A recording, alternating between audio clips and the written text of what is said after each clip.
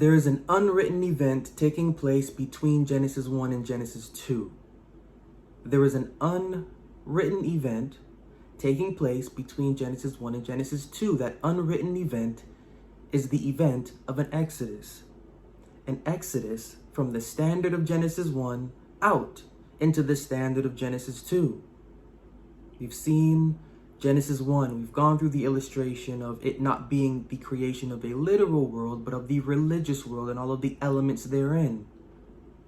Male and female governing religious world by the image of God. We understand what all of this means now.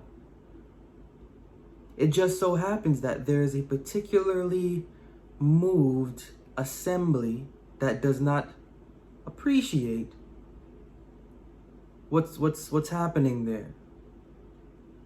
And so in the midst of all of that, Genesis 2 kicks in. Same sort of emptiness as in Genesis 1. This is the same story, but this is now from a different angle.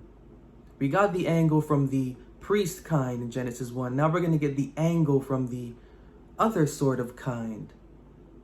The assembly wanting to maintain their devotional conscience, not by the philosophy of the religious law, not by male, not by female, but according to mind.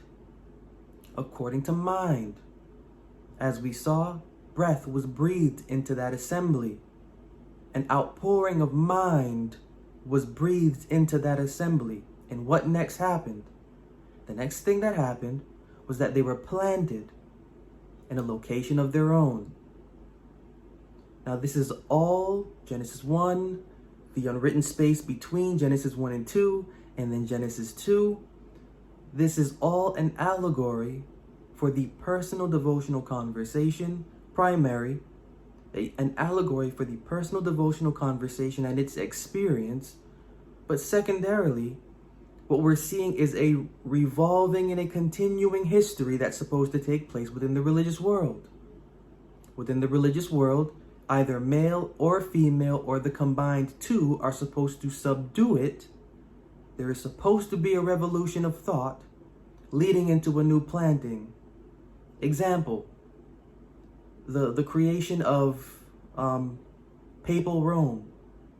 538 to 1798 AD, which we call in history the Dark Ages. Papal Rome ruled.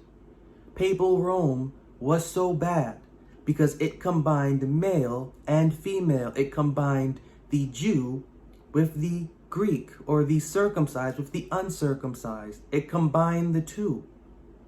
What happened? Revolution.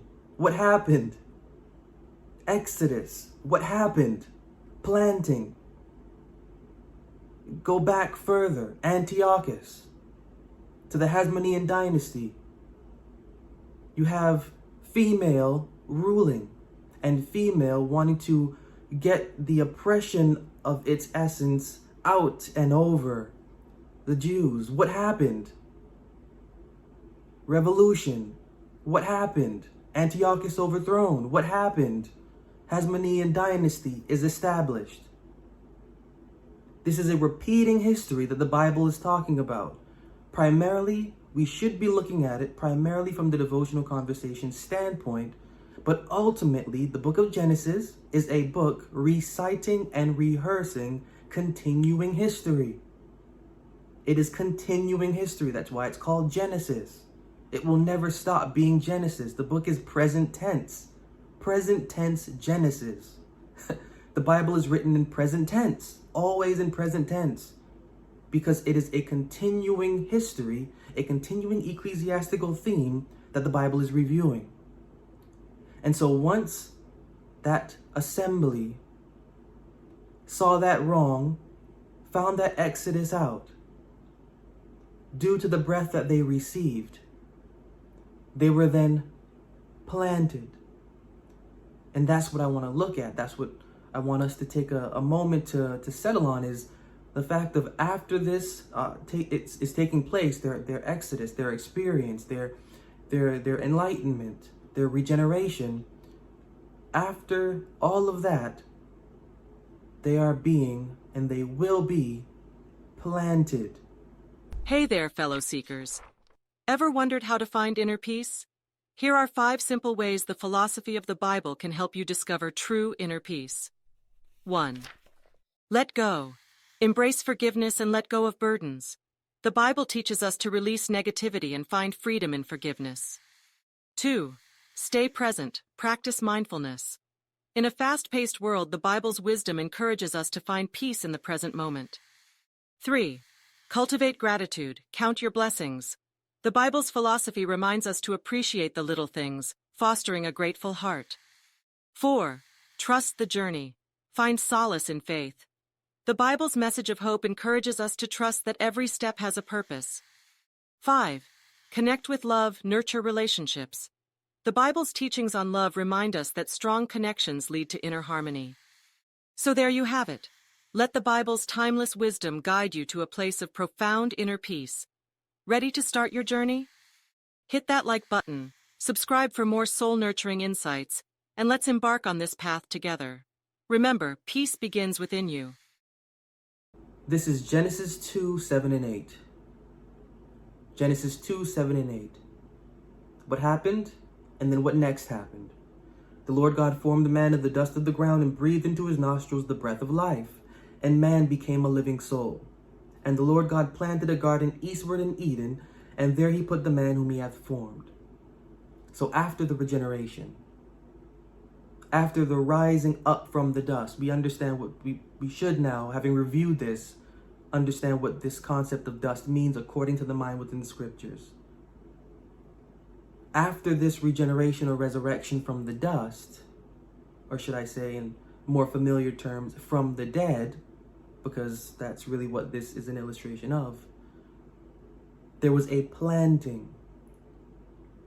There was a planting in a land, in a space, in a sphere, in a location, in a matrix of this assembly zone. Now, similar language is found all throughout the scripture, but I'm going to just keep it simple and go to Genesis 9 and verse 20. Simple, Genesis 9 and verse 20. Genesis 9 and verse 20 reads, And Noah began to be a husbandman, and he planted a vineyard.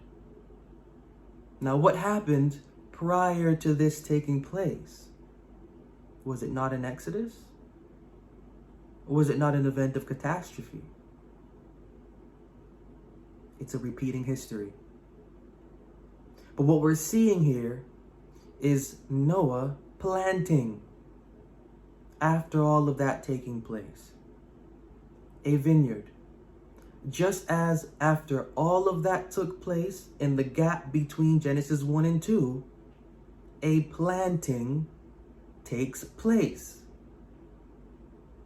Now, is a garden the same as a vineyard? Is a garden the same as a vineyard according to the Bible? 1 Kings 21, 1 and 2. 1 Kings 21, verses 1 and 2. And it came to pass after these things that Naboth the Jezreelite had a vineyard, which was in Jezreel, hard by the palace of Ahab, king of Samaria. And Ahab spake unto Naboth, saying, Give me thy vineyard, that I may have it for a garden of herbs, because it is near unto my house, and I will give thee for it a better vineyard than it, or, if it seem good to thee, I will give thee worth of it in money. There are different scriptures you can go to throughout the Bible to show the exchanging of environment between vineyard and garden. There's no difference. There's no difference. I understand you see a garden and then you see a vineyard, and you can get to the complexities, and you gotta throw that out for a second and just let's remain in Bible, because the Bible makes its own illustrations via terms. And there's a reason why it makes its own illustration via terms. It's not really in our kind of Western frame of mind practical, but we're so distant from the minds that wrote these things. We have to really dig into the context to really be able to connect them in a way that makes sense the way that they should. And to the Bible's mind, all throughout the Bible, garden means vineyard. Garden means vineyard. philosophically, is the approach of where the Bible's mind is going. Now, the context for a garden. What is the context for a garden? Isaiah 65, 1 and 2. Isaiah 65, 1 and 2. I have spread out my hands all the day unto a rebellious people, which walketh in a way that was not good after their own thoughts. A people that provoketh me to anger continually to my face, that sacrificeth in gardens, and burneth incense upon altars of brick. Isaiah 66, 17. They that sanctify themselves and purify themselves in the gardens behind one tree in the midst, eating swine's flesh, and the abomination and the mouse shall be consumed together, saith the Lord. In these two verses, the term garden, as we may like to, or however we may think about it, is not the way that the Bible is seeing it. A garden is a place where offering and sacrifices take place. A garden is a place where offering and sacrifices take place. This should automatically change the way that we are observing this term now called garden. A genuine relationship with the Bible can be difficult.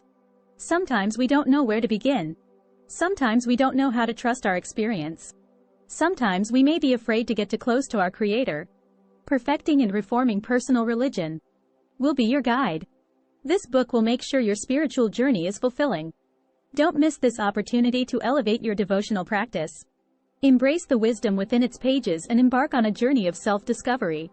Grab your copy now and take the first step towards a more fulfilling and enlightened life.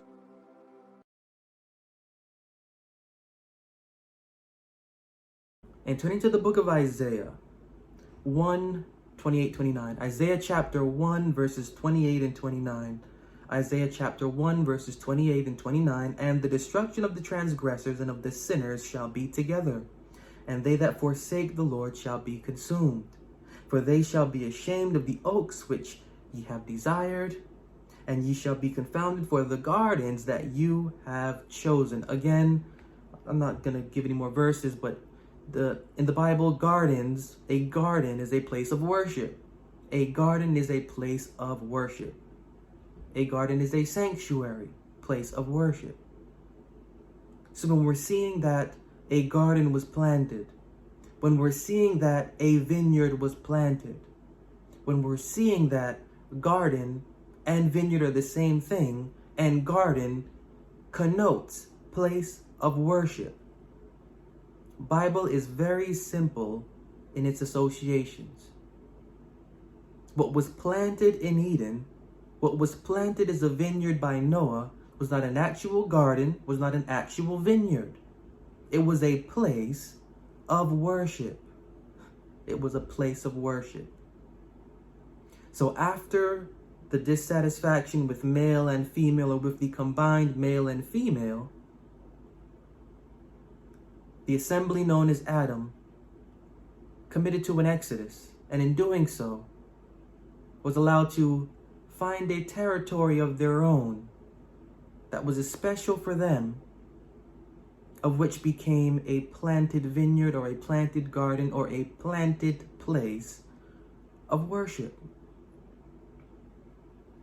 Looking at Isaiah 5, 6, and 7, staying in the book of Isaiah chapter 5, verses 6 and 7.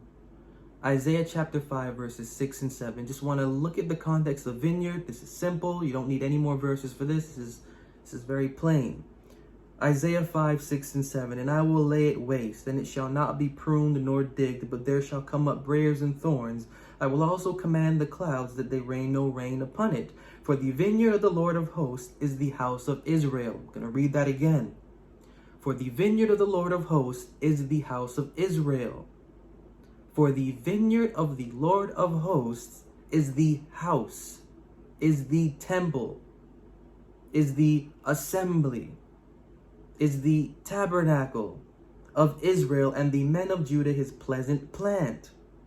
So now we can understand, let me just finish this first. And he looked for judgment, and behold, oppression, for righteousness, and behold, a cry. We can understand now the why garden and vineyard are used, because these are figurative terms. In a garden are plants, in a vineyard are plants. Well, now we can understand that the plants represent something. The vineyard represents something. All of this represents sanctuary. place of worship. Sanctuary, place of worship. So when Noah is planting his vineyard, he's not planting a literal vineyard for literal wine. He's not getting drunk off of literal wine. That's not the story. That's far from the story. Very far. What's happening here is the planting of a place of worship. And don't be so literal as to just think the planting of a place of worship as in they are building, as you see the construction in Nehemiah and Ezra. Don't be that literal, because when you're planting a vineyard, you're also establishing doctrine. When you're planting a vineyard, you're also establishing philosophy. And I've gone through in episodes prior the definition of wine, and that's what wine is. Wine is philosophy. Wine is wisdom. So when you are able to understand what the context of planting is, how the living God operates, how the Bible thinks and processes itself, and articulates the imagery that it wants to convey to its student. I won't just say reader, I'll say student. What takes place after controversy, after the waters, after oppression, is the planting of a garden. And for the planting of a garden is the establishing of core philosophy. And it is in this realm that the individual conversation planted therein is to remain. So is this a crazy thought? Is it sincerely crazy to understand the pattern that the Bible is conveying when it comes to the planting of a garden? Despite it being fulfilled, and you can see its fulfillment through that flood story of Noah, is it really impossible to understand that space between Genesis 1 and 2 is an Exodus? Despite the same language of planting being used after an Exodus, after a flood. So taking a look at Exodus, Exodus 15, 16, and 17. Exodus chapter 15, verses 16 and 17. Exodus 15, 16, and 17. Fear and dread shall fall upon them by the greatness of thine arm. They shall be as still as a stone till thy people pass over, O Lord, till the people pass over which thou hast purchased. Verse 17. Thou shalt bring them in and plant them in the mountain of thine inheritance. Thou shalt bring them in and plant them in the mountain of thine inheritance. Thou shalt bring them in and plant them in the mountain of thine inheritance. In thy place, in the place, O Lord, which thou hast made for thee to dwell in the sanctuary, O Lord, which thy hands have established. Just going to read verse 17 again. Thou shalt bring them in and plant them, skipping ahead, in the sanctuary, O Lord, which thy hands have established. No literal hands established anything. No literal hands established anything. Individuals are building and are constructing. Individuals are going through what they're going through.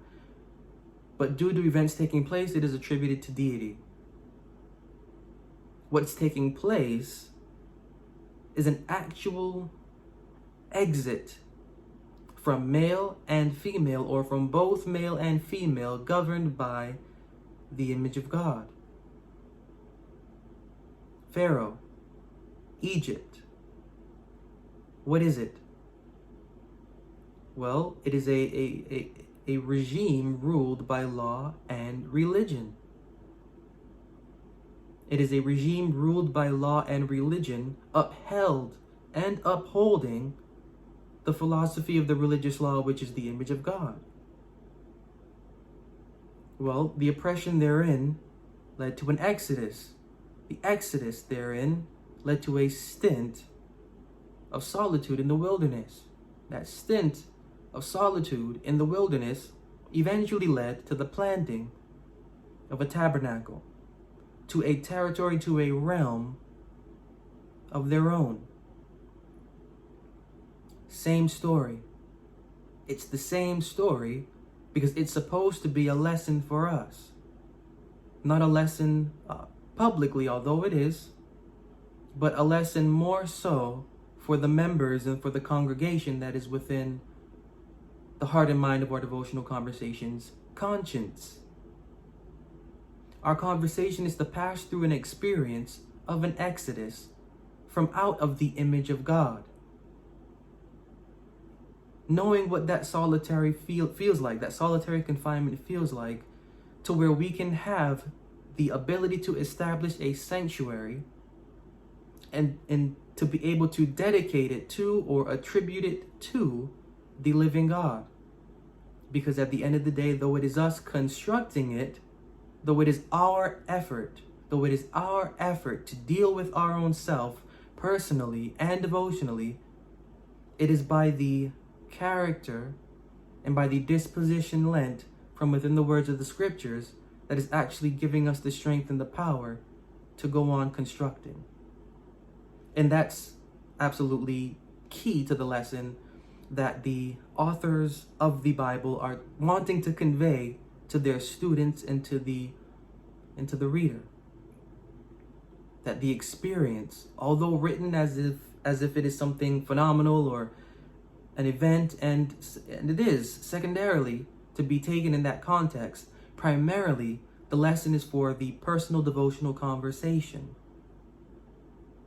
The assembly within is to have constructed for it, by it, and alongside it, with the words within the scriptures, a sanctuary to know the living God's devotional character. Our faith is alive. Our belief is a living structure. But what does it mean to have a working faith? What does it mean to have a belief assisting our thoughts and feelings? A Faith That Works is a book informing its reader on how to cultivate an active faith. We usually have to make our faith work. We usually need to do something in order for us to feel like our faith is alive. Is this the right way to handle our devotional experience? Find correct guidance and instruction on how to carry the body of your faith in A Faith That Works.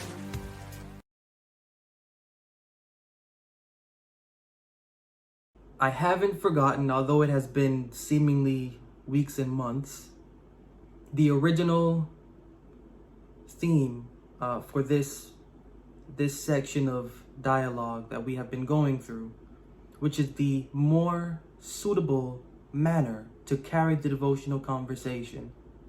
We've, after passing through Paul's outlook not really matching up to the outlook intended by the mind within the scriptures, the issue came up, or the subject came up of, well, then what is more suitable for managing the devotional conversation's character? And all of that has been leading up to all of this.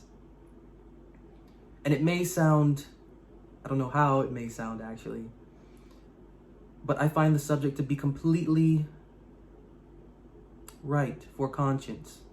When you review what it means to be human, when you review how the Bible articulates what it means to be human, and one of the major things that count towards being human is the ability to make a decision, and to make a practical decision, and to make a practical decision that does not harm neither you nor the individual or any individual around you.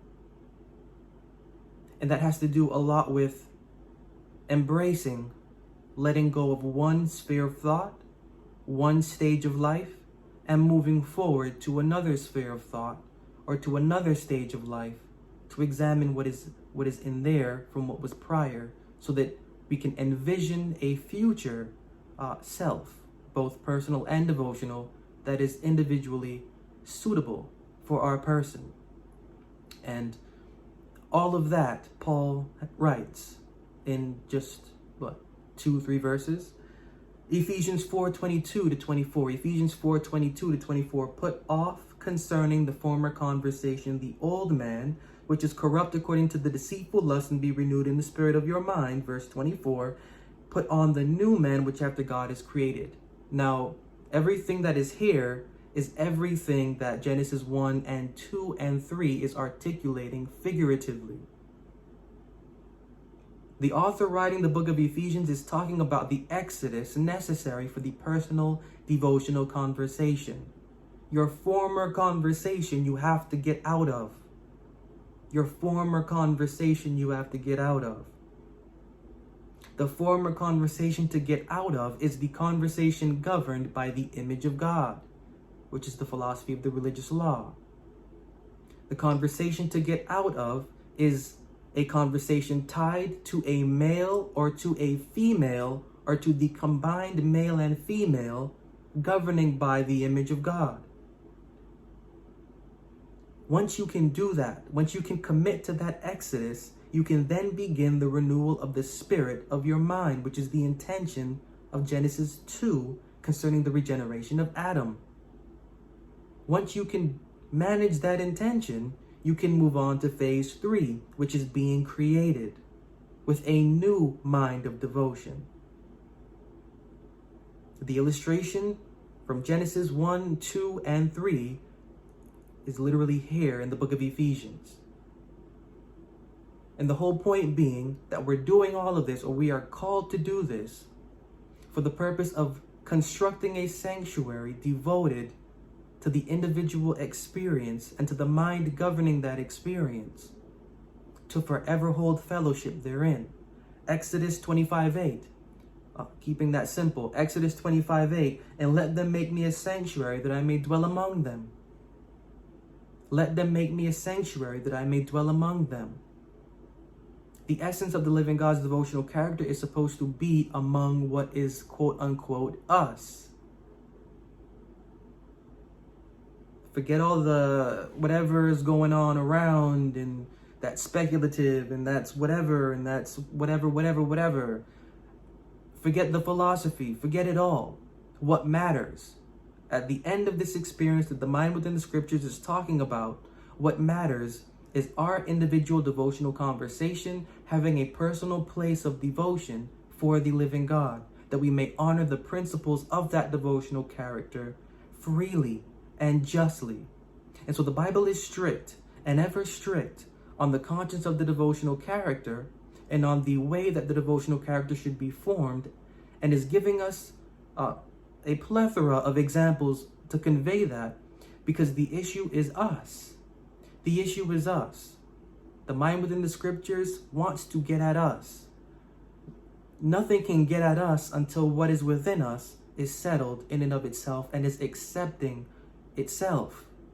We can only accept ourselves by looking at ourselves and by going through the conflict of doing so. Bible doesn't want the individual to go away from themselves. Bible wants the individual to understand themselves despite how painful it may be. And once you can do that, in allowing those words within the scriptures to exercise whatever is going on within us, construction will begin to take place. We will have members within us that we didn't know we had, and they will begin to construct a place of devotion only for our Creator.